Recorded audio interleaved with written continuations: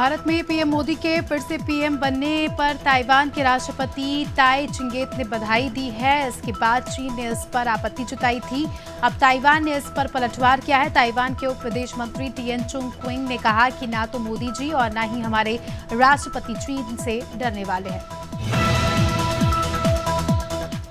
PM Narendra Modi आज नालंदा में हैं। उन्होंने 1600 साल पुराने प्राचीन नालंदा विश्वविद्यालय के खंडर का दौरा किया। इसके बाद प्रधानमंत्री नालंदा यूनिवर्सिटी के लिए रवाना हो गए। थोड़ी देर में वे प्राचीन नालंदा यूनिवर्सिटी के नए स्वरूप को देश को समर्पित करेंगे। पीएम के साथ विदेश मंत्री एस जयशंकर, बिहार के राज्यपाल राजेंद्र विश्वनाथ मौजूद रहे।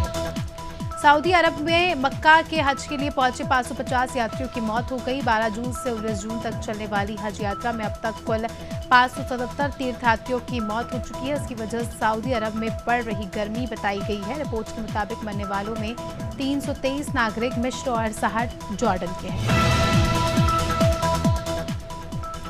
कंचनजंगा ट्रेन दुर्घटना के बाद से रेलवे बोर्ड मालगाड़ी के लोको पायलट पर हादसे का दोष लगा रहा है। बोर्ड का कहना है कि लोको पायलट ने रंगापानी स्टेशन से TA 912 अथॉरिटी पास लेने के बाद मालगाड़ी को खराब सिग्नल के बीच से ज्यादा गति से निकाला, इसीलिए हादसा हुआ। रंगापानी स्टेशन पर यह गलती हुई। असम के होम और पॉलिटिकल सेक्रेटरी शीलादत्त चैतिया ने पत्नी की मौत के बाद आत्महत्या कर ली। उनकी पत्नी अगामुनी बेरमपुरा कैंसर से पीड़ित थी। पिछले कई दिनों से गुवाहाटी में नेम केयर अस्पताल में उनका इलाज चल रहा था। मंगलवार को 40 साल की अगनामुनी जिंदगी की जंग हार गई। शिमला में हिमाचल प्रदेश के सीएम सुखविंदर सिंह सुक्खू ने पत्नी कमलेश ठाकुर के चुनाव लड़ने को लेकर बयान दिया और कहा कि हाईकमान ने विधानसभा चुनाव में उन्हें उनकी पत्नी को चुनावी मैदान में उतारने को कहा। इससे पहले हाईकमान ने लोकसभा चुनाव में लड़ने को भी कहा गया। सर्वे के बाद उनकी पत्नी का नाम भी आया। अतांगड़ विधानसभा मुख्यालय में विधायक कार्यालय का उद्घाटन हुआ। कार्यालय की शुभारंभ विधायक विक्रम देव उसेंडी ने पूजा अर्चना कर किया। वहीं विधायक ने कहा कि इस कार्यालय के जरिए क्षेत्र की जनता की समस्याओं का समाधान किया जाएगा। साथ ही उन्होंने बताया कि वो हर मंगलवार को बैठक में मौजूद रहेंगे।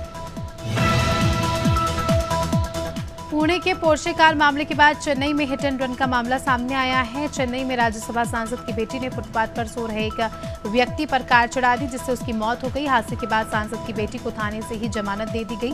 हादसे के वक्त माधुरी नशे में थी और एक्सीडेंट के बाद मौके से फरार हो गई। नीट यूजीसी 2024 में कथित धांधली की शिकायत करने वाली आयुषी पटेल के दस्तावेज फर्जी पाए गए और हाईकोर्ट ने छात्रा की याचिका खारिज कर दी। लखनऊ की नीट छात्रा आयुषी पटेल ने एनटीए के खिलाफ हाईकोर्ट में याचिका दायर करवाई थी। सुनवाई के दौरान छात्रा की याचिका खारिज कर दी गई।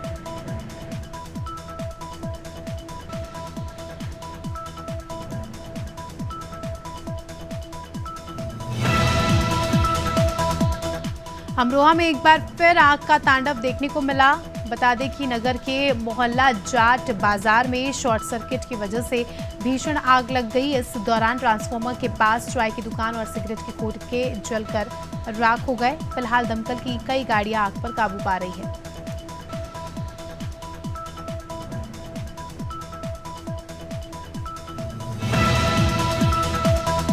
अमरोहा में बिजली विभाग पर बड़ी लापरवाही का आरोप लगा है। मामला सेदन गली थाना क्षेत्र के उझारी कस्बा का है। करंट लगने से एक युवक की मौत हो गई। युवक की मौत से गुस्साए परिजनों ने हसनपुर संभल हाईवे मार्ग पर जाम कर दिया और बिजली विभाग पर लापरवाही का आरोप लगाते हुए कड़ी कार्रवाई की मांग की। बदायूं में अज्ञात वाहन की टक्कर से एक युवक की दर्दनाक मौत हो गई। घटना सहसवान कोतवाली क्षेत्र के 4 नंबर चौकी के पास की है। सूचना पर घटनास्थल पहुंची पुलिस ने शव को पोस्टमार्टम के लिए भेजा और मामले की जांच पड़ताल में जुट गई है।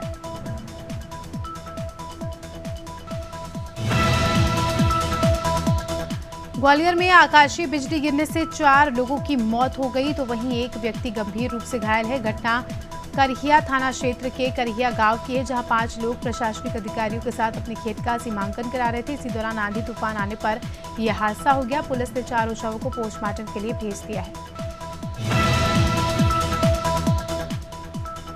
हापुड़ में एक युवक ने अपने ही भाई की हत्या कर दी। वारदात कोतवालीगढ़ इलाके के सेगवाला मोहल्ले की है। बताया जा रहा है कि शराब पीकर हुई कहासुनी के बाद चचेरे भाई ने बर्फ तोड़ने वाले सुए से अपने भाई की हत्या कर दी। सूचना मिलने पर पुलिस मौके पर पहुंची और शव को पोस्टमार्टम के लिए भेजकर आरोपी की तलाश शुरू कर दी।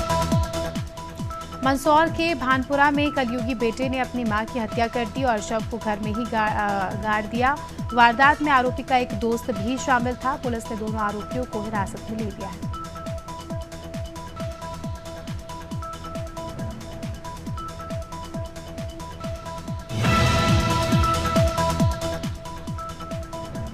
कौशाम्बी पुलिस ने 3 कछुआ तस्करों को गिरफ्तार किया है। तस्करों के पास से 15 किलो गांजा और 5 किलो मुर्दा कछुए बरामद हुए हैं। सभी जिंदा कछुओं को नदी में छोड़ दिया गया।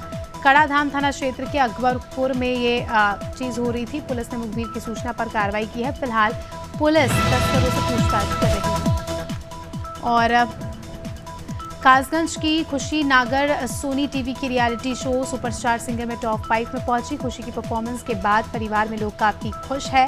खुशी अपनी पढ़ाई और सिंगिंग सीखने के लिए दिल्ली शिफ्ट हो गई है। खुशी नागर के पिता दिल्ली में पानी पूरी बेचने का काम करते हैं। कोरबा नगर निगम के एसडीओ असिस्टेंट इंजीनियर और डीसी सोनकर को एसीबी ने 35,000 रुपए रिश्वत लेते रंगे हाथों गिरफ्तार किया। आरोप है कि दोनों अफसर बिल पास कराने के एवज में ठेकेदार से 2% कमीशन मांग रहे थे। जानकारी के मुताबिक गोड़ीपारा के ठेकेदार से निवासी मानक साहू से कार्यों के लिए बिल पास कराने के लिए रिश्वत मांगी गई थी।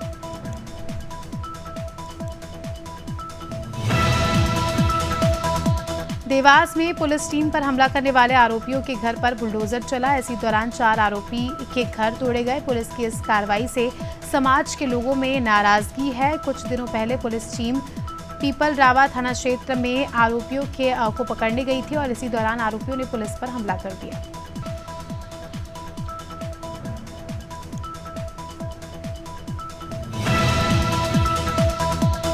गुना में 3 साल से रह रहे ललुआटोरा गांव के ग्रामीणों के सिर पर घर से बेघर होने का संकट मंडरा रहा है। जिला प्रशासन ने गांव के 150 परिवारों के घरों को 7 दिनों के अंदर तोड़ने के आदेश जारी किए। बताया जा रहा है कि शासन की इस जमीन पर उद्योग लगाने की योजना है और ये जमीन उद्योग विभाग को दे दी गई है।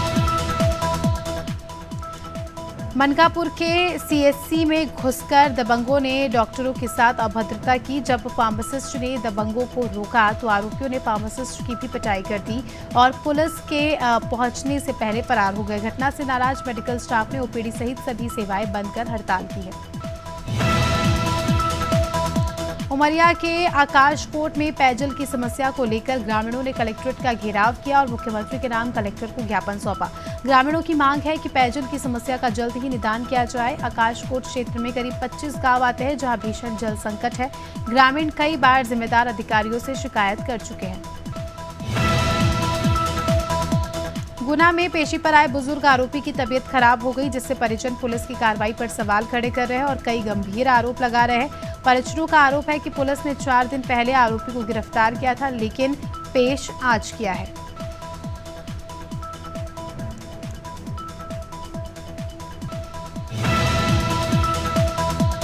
उमरिया जिले में कलेक्टर ने प्रभारी प्रचार समेत 6 शिक्षकों को निलंबित करने के आदेश दिए। कलेक्टर धर्मेंद्र कुमार जैन ने नौरोजाबाद और छादा खुर्द स्कूलों का निरीक्षण किया। कलेक्टर सबसे पहले शासकीय माध्यमिक विद्यालय छादा खुर्द पहुंचे, जहां 2 शिक्षक अनुपस्थित मिले। शासकीय कुमार मंगलम स्कूल में शाला प्रवेश उत्सव का आयोजन व्यवस्थित नहीं होने से कलेक्टर ने शिक्षकों को निलंबित कर दिया। मिर्जापुर जिलाधिकारी प्रियंका निरंजन ने मंडलीय चिकित्सालय का औचक निरीक्षण किया। इस दौरान उन्होंने मरीजों से अस्पताल की सुविधाओं के बारे में पूछा, साथ ही उनकी समस्याओं को भी सुना। वहीं जिलाधिकारी ने बताया कि अस्पताल परिसर में पार्किंग, सफाई और कुछ अन्य समस्याएं हैं, जिन्हें दूर करने के लिए संबंधित सीआईसी को निर्देश दिए गए हैं। शाजापुर के सरकारी स्कूल परिसर में नॉनवेज बनाने का मामला भी सामने आया है। दरअसल एक दिन पहले बकरा ईद थी और आज दूसरे दिन ग्राम जादी के शासकीय स्कूल में नॉनवेज पार्टी की तैयारी हो रही थी। सूचना पर डीपीसी राजेंद्र शिप्रे ने बीआरसी को जांच के लिए भेजा, साथ ही कहा कि जांच रिपोर्ट के बाद आगे की कार्रवाई की जाए। रायपुर के मोधापारा इलाके में नशा तस्करों और स्थानीय लोगों के बीच जमकर विवाद हुआ। विवाद के दौरान आरोपियों ने लोगों के घरों में पत्थर और बियर की बोतलें फेंकी। घटना के बाद बड़ी संख्या में पुलिस की टीम पहुंची और 7 आरोपियों को गिरफ्तार कर लिया।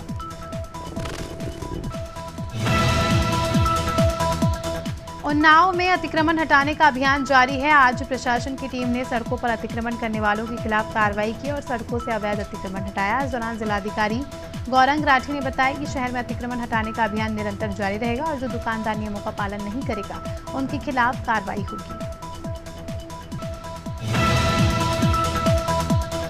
केदारनाथ में श्रद्धालुओं को भगवान शिव की महिमा के दर्शन अब एलसीडी पर भी होंगे। जिला पर्यटन विभाग की पहल पर केदारनाथ यात्रा मार्ग में एलसीडी टीवी लगवाई जा रही है। इन टीवी स्क्रीन पर श्रद्धालुओं को भगवान शिव की कथाएं यात्रा मार्ग पर ही सुनाने को मिलेगी और यात्रा से जुड़ी गाइडलाइंस की भी जानकारी इस ही टेलीविजन के माध्यम से लोगों को मिलेगी।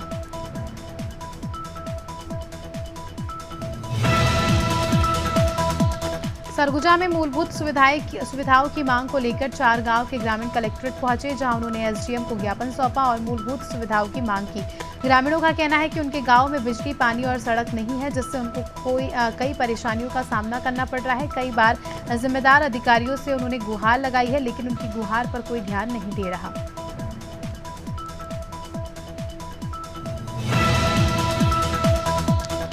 अमेठी में ट्रक ड्राइवर के साथ दबंगों ने मारपीट की। घटना धमोर रोड स्थित पेट्रोल पंप के पास की है, जहां मोरंग मंडी में ट्रक लेकर पहुंचे ट्रक ड्राइवर के साथ 4 दबंगों ने मारपीट की और 15,000 रुपए लेकर फरार हो गए। मारपीट का वीडियो भी सोशल मीडिया पर वायरल हो रहा है। सूचना पर पहुंची पुलिस ने घायल ट्रक ड्राइवर को अस्पताल में भर्ती कराया। शिवपुरी जिले के पिछौर नगर में राशन घोटाले को लेकर प्रेस कॉन्फ्रेंस रखी गई। जिला पंचायत सदस्य मनीराम लोधी ने बताया कि कई सालों से जिले की समस्त तहसील में राशन घोटाले हो रहे हैं। कई बार जिम्मेदार अधिकारियों को भी अवगत कराया गया, लेकिन अभी तक अधिकारियों ने कोई कार्रवाई नहीं की। ललितपुर में आकाशीय बिजली गिरने से आधे से ज्यादा महिलाएं झुलस गई हैं। आनन फानन में सभी को नजदीकी स्वास्थ्य केंद्र में भर्ती कराया गया है, जहां से प्राथमिक उपचार के बाद सभी को जिला अस्पताल रेफर किया गया, जिसमें 2 महिलाओं की हालात गंभीर है, वहीं अन्य महिलाएं खतरे से बाहर है। जांजगीर चांपा पुलिस ने लूट करने वाले 5 आरोपियों को गिरफ्तार कर लिया है, वहीं अभी 3 आरोपी की तलाश जारी है। शक्ति जिले के पोल्ट्री फार्म व्यवसायी से 8 आरोपियों ने 1,10,000 रुपए ट्रांसफर कराए थे। आरोपियों के कब्जे से लूट की रकम 3 मोबाइल और बाइक बरामद हुई है। बता दें कि 5 आरोपियों में से 1 नाबालिग भी इसमें शामिल है। गुना के बमौरी थाना क्षेत्र में 13 साल की बच्ची से गैंगरेप का मामला सामने आया है। आपको बता दें कि बच्ची पशुओं को चारा डालने घर से निकली थी। इसी दौरान 3 लड़के उसे पकड़कर ले गए और सामूहिक रेप की घटना को अंजाम दिया। पुलिस ने बच्ची के बयान पर रेप और पॉस्को एक्ट के तहत मामला दर्ज कर लिया है और तीनों आरोपियों की तलाश जारी है। शेयर मार्केट में लिस्टिंग के लिए आज यानी 19 जून को 2 इनिशियल पब्लिक ऑफर यानी आईपीओ ओपन हो गए हैं। इसमें डीईई डेवलपमेंट इंजीनियर्स लिमिटेड और एमके पेंट्रेड इंडिया लिमिटेड शामिल है। 26 जून को कंपनी के शेयर नेशनल स्टॉक एक्सचेंज और बॉम्बे स्टॉक एक्सचेंज पर लिस्ट होंगे।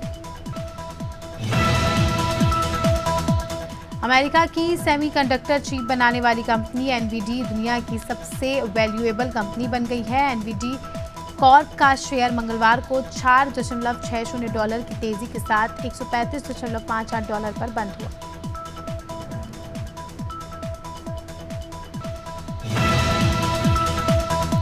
शेयर बाजार ने आज भी ऑल टाइम हाई रिकॉर्ड बनाया है। सेंसेक्स ने 380 अंक की बढ़त के साथ 77,581 का स्तर पार किया है। हालांकि अभी मार्केट में गिरावट है। सेंसेक्स 300 अंक से ज्यादा की गिरावट के साथ 77,000 के स्तर पर कारोबार कर रहा है।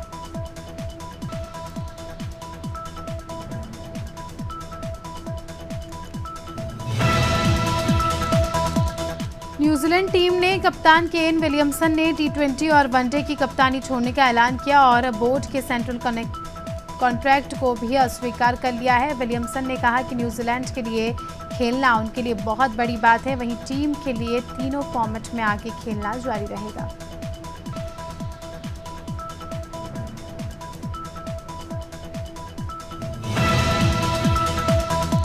गोल्ड मेडलिस्ट नीरज चोपड़ा ने फिनलैंड के टुर्कू में आयोजित पावो नुर्मी गेम्स में गोल्ड मेडल जीता। उन्होंने 85.97 थ्रो करके पहला स्थान प्राप्त किया। प्रतियोगिता में नीरज दूसरे थ्रो में पिछड़ गए थे और इसके बाद उन्होंने न केवल अच्छी वापसी की बल्कि अपना बेस्ट थ्रो भी किया। एटिंगुआ में आज से T20 वर्ल्ड कप का सुपर 8 स्टेज शुरू हो रहा है, जिसमें अजय भारत और अफगानिस्तान बाराडोसा के सामने सामने होंगे। इस टूर्नामेंट का पहला मौका होगा जब भारत कैरेबियाई द्वीपों में खेलता नजर आएगा।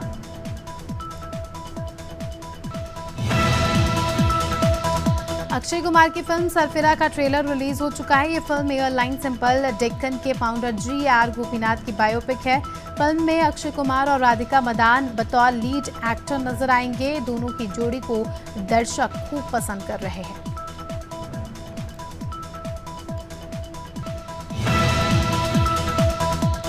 एक्ट्रेस करीना कपूर ने फिल्म क्रू से बॉलीवुड में वापसी कर ली है। वहीं अब वो मेघना गुलजार की अपकमिंग फिल्म दायरा में नजर आने वाली है। करीना कपूर पहली बार एक्टर आयुष्मान खुराना के साथ काम करने जा रही है। इस फिल्म में ये दोनों मुख्य भूमिका में नजर आने वाले हैं।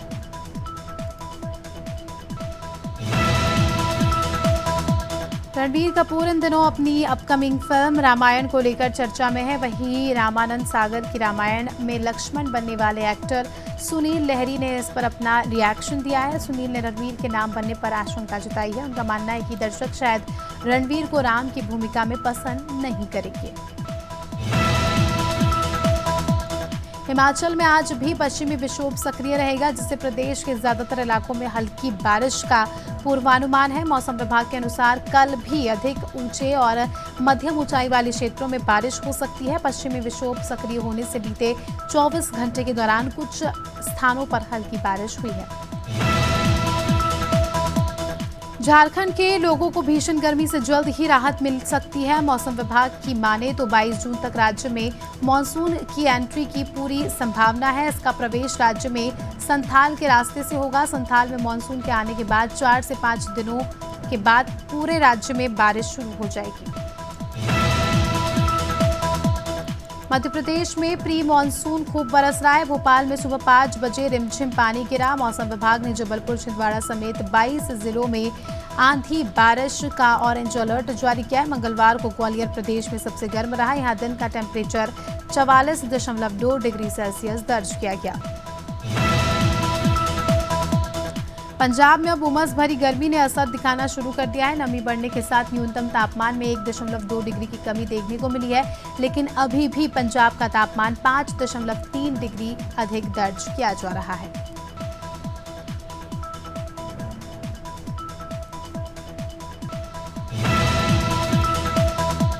उत्तराखंड में झुलसा रही प्रचंड गर्मी से आज से राहत मिलने की उम्मीद है। प्रदेश के पर्वतीय और मैदानी इलाकों में तेज हवाओं के साथ बारिश की संभावनाएं जताई गई है।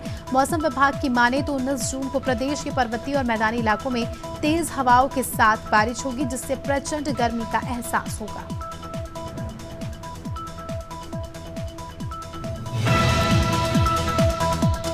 पिछले 2 दिनों से सूरत और गुजरात में बरसाती माहौल जमा हुआ है, लेकिन आज मानसून की एंट्री हो गई है। बुधवार सुबह से ही राज्य के 90 से अधिक क्षेत्रों में जोरदार बारिश हो रही है। मौसम विभाग ने अगले 5 दिनों तक भारी बारिश का अलर्ट जारी किया है।